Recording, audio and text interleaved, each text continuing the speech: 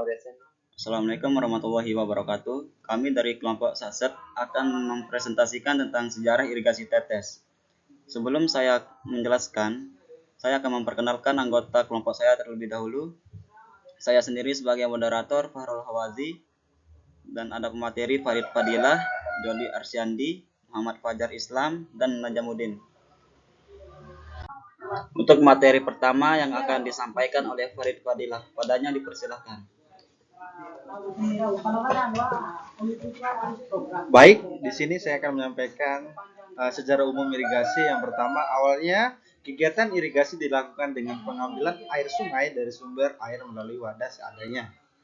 Di Indonesia, hal ini serupa juga dilakukan seiring dengan perkembangan zaman. Kegiatan irigasi kemudian dilakukan dengan membendung air aliran sungai yang terdapat di sepanjang lahan pertanian, untuk kemudian dialirkan ke lahan tersebut.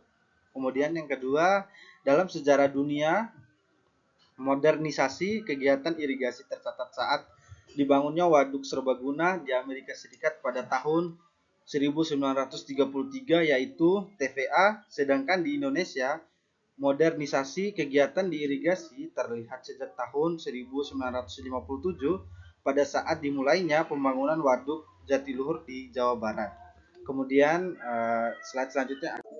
Kemudian saya akan melanjutkan yaitu sejarah irigasi tetes ya, atau irigasi tetes kuno. Irigasi sistem air yang menetes ini pertama kali diterapkan di Jerman tahun 1869 dengan menggunakan pipa tanah liat. Kemudian dikembangkan di Amerika Serikat tahun 1913.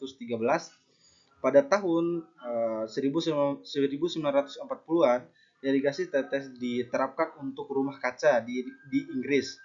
Penerapan irigasi tetes di lapangan di Israel pada tahun 1960-an. Kemudian untuk slide berikutnya akan disampaikan oleh rekan saya, yaitu Jody Arsyandi. Dipersilakan.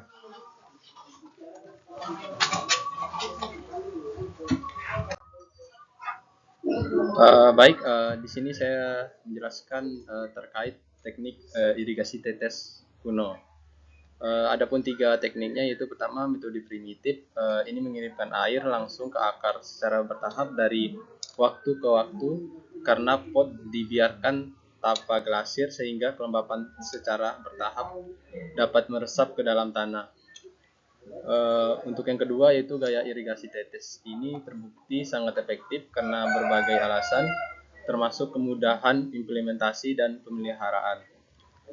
Yang ketiga, yaitu meskipun metode awal ini tidak memiliki kemewahan, pipa atau tabung yang rumit, itu masih merupakan cara yang cerdik untuk membuat jalur atau aplikasi langsung ke akar.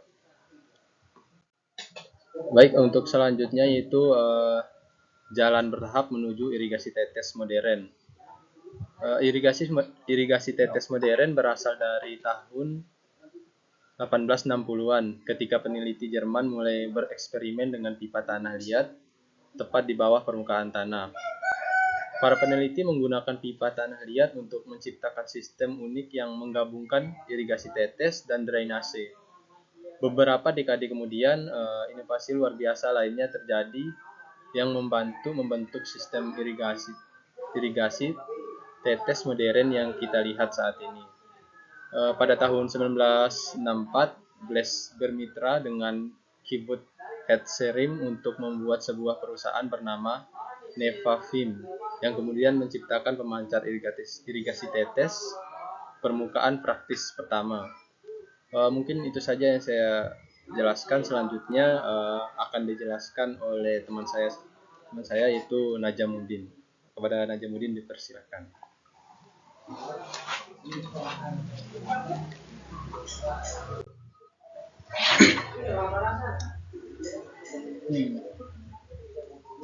Baik, saya akan melanjutkan presentasi dari saudara saya Jody Arsyandi.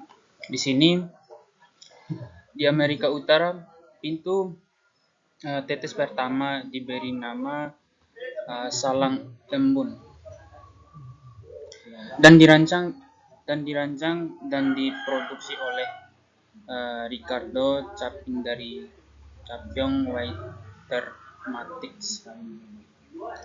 Selain itu, dirilis untuk penggunaan umum pada pertengahan 1960-an dan menjadi hit besar bagi konsumen. Champion Watermatics sudah ada sebelum hampir 50 tahun sebelum dibeli oleh Giant Irrigation pada tahun 2006.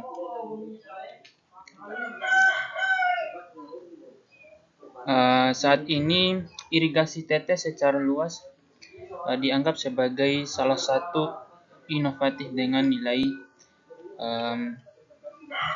tertinggi di dunia pertanian. Sejak tahun 1930-an, sprinkle dapat pertama kali diperkenalkan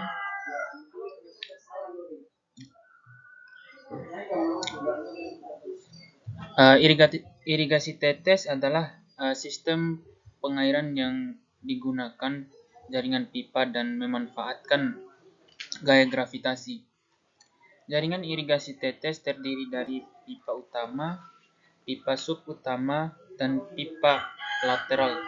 Pada ujung pipa lateral terdapat pemancar emitter yang berfungsi untuk mendistribusikan air secara merata pada tanaman.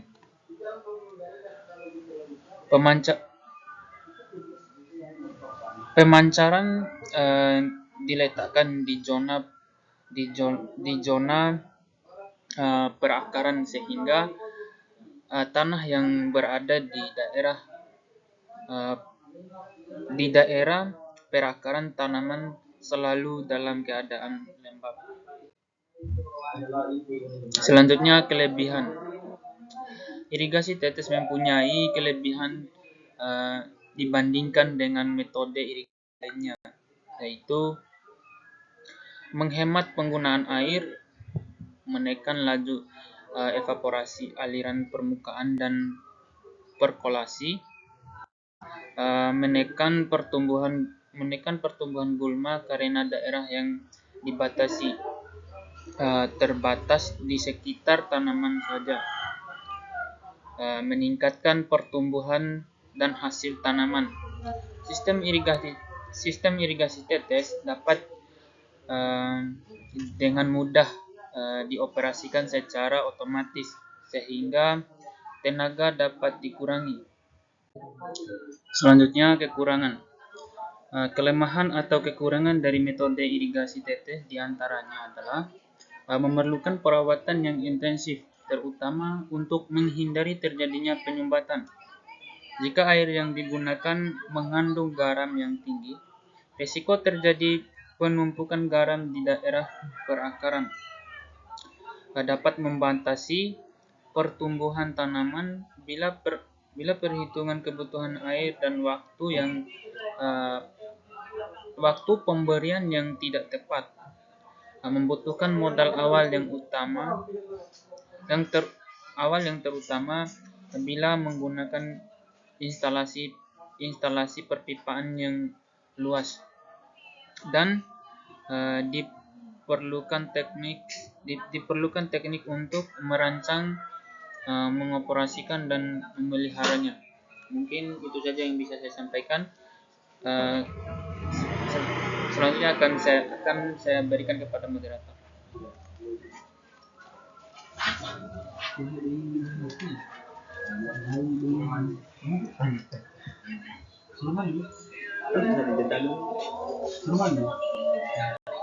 Nanti saja.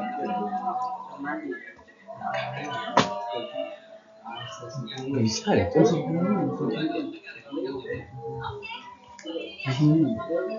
Baik, sekian presentasi dari kelompok Satsat. Kurang lebihnya kami mohon maaf. Assalamualaikum warahmatullahi wabarakatuh.